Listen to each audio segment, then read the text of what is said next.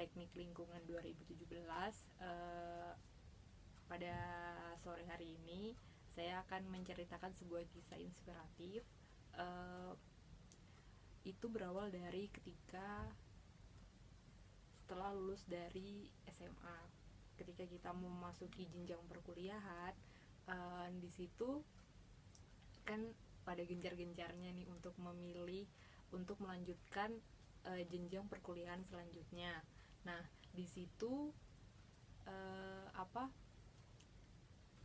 di situ saya benar-benar bingung karena benar-benar saya tuh orangnya kayak teman-teman sudah mendapatkan, saya harus masuk ini, tapi di satu sisi saya belum mendapatkan apa sih yang bakal saya capai selanjutnya. Waktu itu di SMA saya belum terpikirkan sama sekali. Nah, sampai suatu ketika ada kayak tes BK gitu di SMA, dan kata guru BK saya, coba aja kamu masuk di farmasi. Nah, akhirnya waktu itu saya sempat keterima di farmasi, tapi itu di universitas swasta.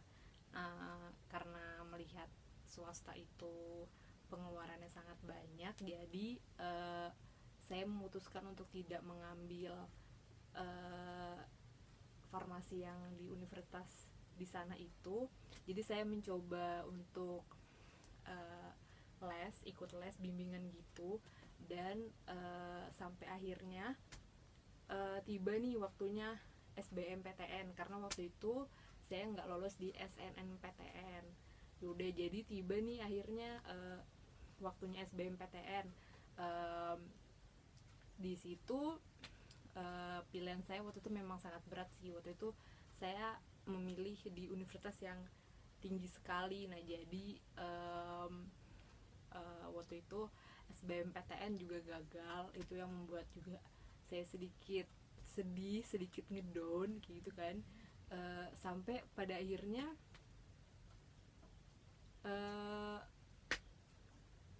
ada jalur lagi nih, namanya jalur mandiri. Nah, waktu itu saya masih bingung kan, harus masuk apa nih, harus pilih jurusan apa nih. Nah, sampai akhirnya orang tua kayak ngasih tahu, oh ya udah kamu masuk teknik lingkungan aja, kayak gitu kan, coba aja nih ambil kayak gini kan.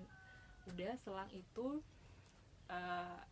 akhirnya saya ikut tes lagi, tes mandiri. Nah, setelah itu saya memilih di teknik lingkungan, itu adalah pilihan kedua karena saya memilih farmasi pilihan pertama. Nah, akhirnya setelah pengumuman, sungguh kayak luar biasa, kayak bersyukur banget gitu kan. Akhirnya bisa lolos di teknik lingkungan, walaupun jalur mandiri, tapi nggak apa-apa lah ya. Yang penting kan sudah mantap, sudah lolos kayak gitu kan. Sudah, habis itu akhirnya kan verifikasi apa segala macem sudah selesai, dan pada akhirnya masuk tuh di perkuliahan. Di perkuliahan itu kita kan kaget ya, namanya SMA baru masuk ke perkuliahan itu kan pasti butuh proses kan, nggak semuanya bisa langsung cepet nangkap gitu kan dengan pelajaran ini gitu. Udah, sampai akhirnya waktu itu di semester 1 sama semester 2 masih baik-baik saja. Semester 3 waktu itu bener-bener ngedown banget, itu semester 4.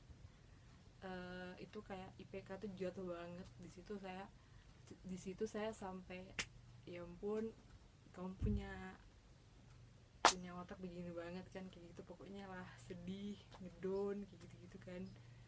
Sampai akhirnya saya punya kepikiran bahwa kayaknya nggak usah aja nih lanjut kuliah, kayak ngapain sih lanjut kuliah dengan kalau misalnya IPK kamu selalu jatuh, selalu dapat jelek kan, kayak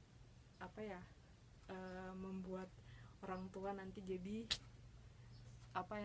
membuat orang tua jadi kasihan kalau misalnya dibayar terus UKT-nya tapi kita kayak nggak berprestasi, kayak nggak apa ya, kayak nggak mengasih kembali ke orang tua gitu kan, kayak mengasih prestasi itu pun apapun itu. Jadi saya sempat berpikir kalau lebih baik udah aja, atau lebih baik apa nggak usah lanjutin kuliah. Tapi di satu sisi saya juga mempunyai teman-teman yang apa ya, yang juga selalu semangatin, kayak misalnya nggak apa-apa dengan IPK kayak gitu, kok masih bisa lanjut, kok masih bisa dapat SKS yang ya walaupun juga SKS-nya ya nggak seberapa banyak kayak teman-teman yang lainnya, cuman kan kayak selalu semangat aja sih dengan apapun itu hasilnya. Kalau memang kita memang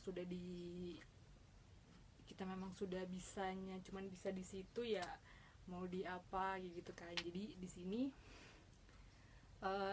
cuman pengen bilang apa ya ke teman-teman semua, kalau misalnya hidup itu nggak usah bergantung dengan IPK, karena IPK itu bukan penentu atau bukan penentu kunci kesuksesan. Jadi memang sih kalau ingin masuk di pekerjaan pasti kan melihat universitasnya, terus tuh IPK-nya berapa kayak gitu kan. Cuman jangan juga nggak terlalu memikirkan IPK, tetap memikirkan IPK, tapi apa ya, harus punya targetan, harus punya konstan. Misalnya nih nanti IPK saya di semester 1 misalnya segini, jadi semester 2 segini, jadi semester 3 segini, jadi harus konstan kayak gitu kan. Jadi nanti nggak sewaktu-waktu IPK-nya nurun banget, anjlok banget. Nah kan itu kan bisa membuat ngedown. Jadi tetap semangat aja kuliah di teknik lingkungan, karena banyak banget keseruannya, banyak banget apa ya, suka duka citanya baik banget. Jadi pesan moralnya, jangan terlalu berharap sama IPK, karena IPK itu bukan penentu kesuksesan. Tetap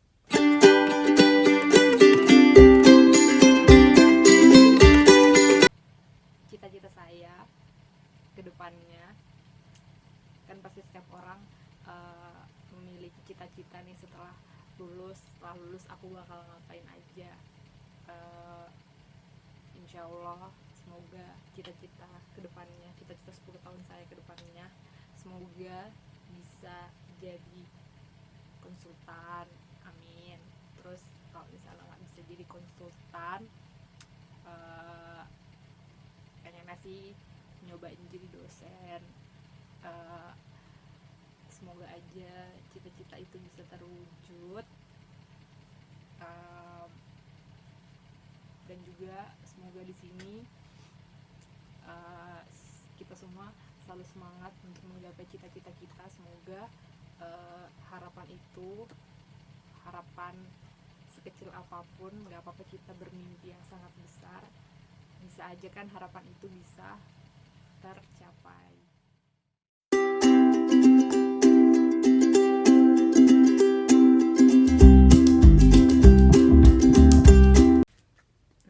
Kan lagi musim-musimnya virus corona nih.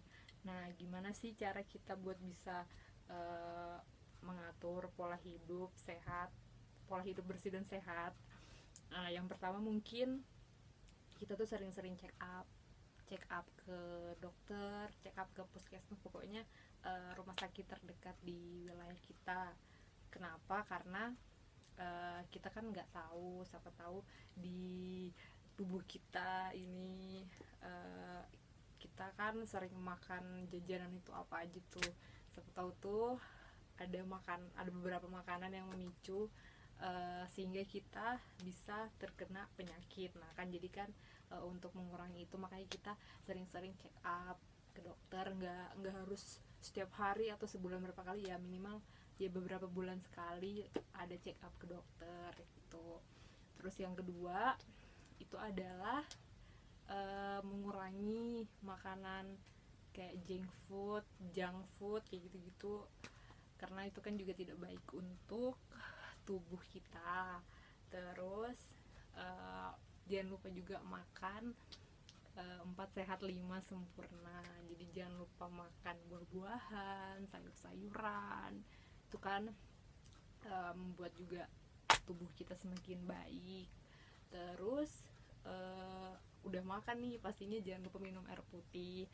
Minimal itu minum air putih itu 8 gelas atau 10 gelas, karena kan itu yang membuat pola hidup kita semakin sehat. Karena kan kalau kita melakukan aktivitas, kita bekerja, pasti kan kita mengeluarkan beberapa cairan dan membuat kita itu dehidrasi. Nah, jadi sebaiknya minum 8 gelas atau 10 gelas untuk membuat tubuh kita menjadi sehat.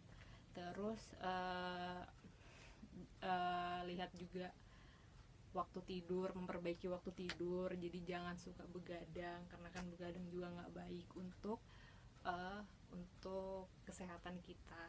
Terus juga jangan terlalu banyak stres. Kalau memang banyak laporan, banyak pekerjaan apapun itu, banyak tugas baik ini baik itu, jangan terlalu stres. Jadi kayak kita punya timeline atau punya jadwal nih, bahwa misalnya kita mau ngerjakannya kapan, jadi jangan terlalu mendadak, jadi yang sehingga itu membuat stres kayak gitu kan. Terus yang terakhir mungkin jangan lupa juga sering-sering olahraga, karena kan kalau kita olahraga, sering-sering olahraga juga membuat tubuh semakin bagus, semakin baik. Sekian kisah inspiratif dari saya. Jika ada salah perkataan, saya memohon maaf. Wassalamualaikum warahmatullahi wabarakatuh.